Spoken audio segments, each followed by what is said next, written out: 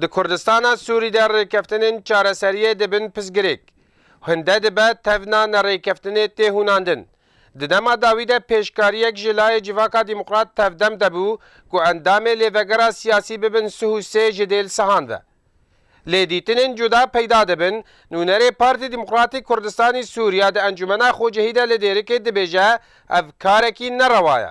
Her sê endamê lêvegera siyasî amade ne civatê re. Li ev mesela sihûsê li cema dibînim ne biryarek rastê ji ber itîfaqiya dihoke ew rêkeftina dihoke bi ser sih endama hatiye itîfaq kirin û divê ser sih endamî bê wek hatî pêkanîn. Partiya Yekîtiya Kurd dibêje helwesta me zelal e ew her sê layê hatîne dûrkirin ne endamê lêvegerê ne.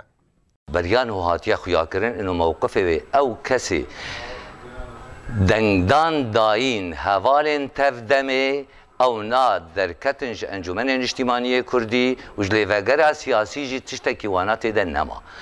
Em nikarin dubarek ve alatol em herin û werin ev tiştê tê pêkanîn ne lazim e.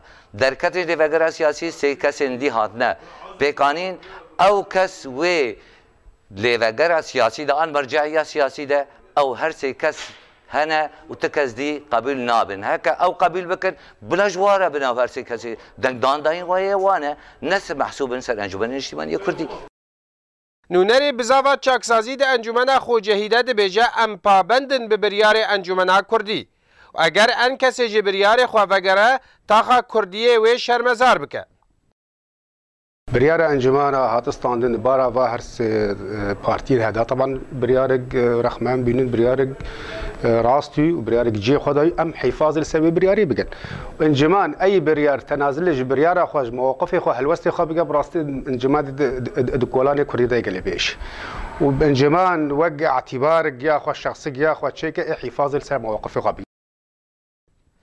پێشکاریê têne pêşkêşkirin gelo pêşkariyê çareseriyê ne yan yê tevlheviyê ne yan diber rêkeftina dihokê wekû her du hevalê xwe hewlêra yekê û duwe lê were yan divê rêka naverokî jê re hebe ta birê bikeve ji Dêrikê Ehmed Sofî Ark.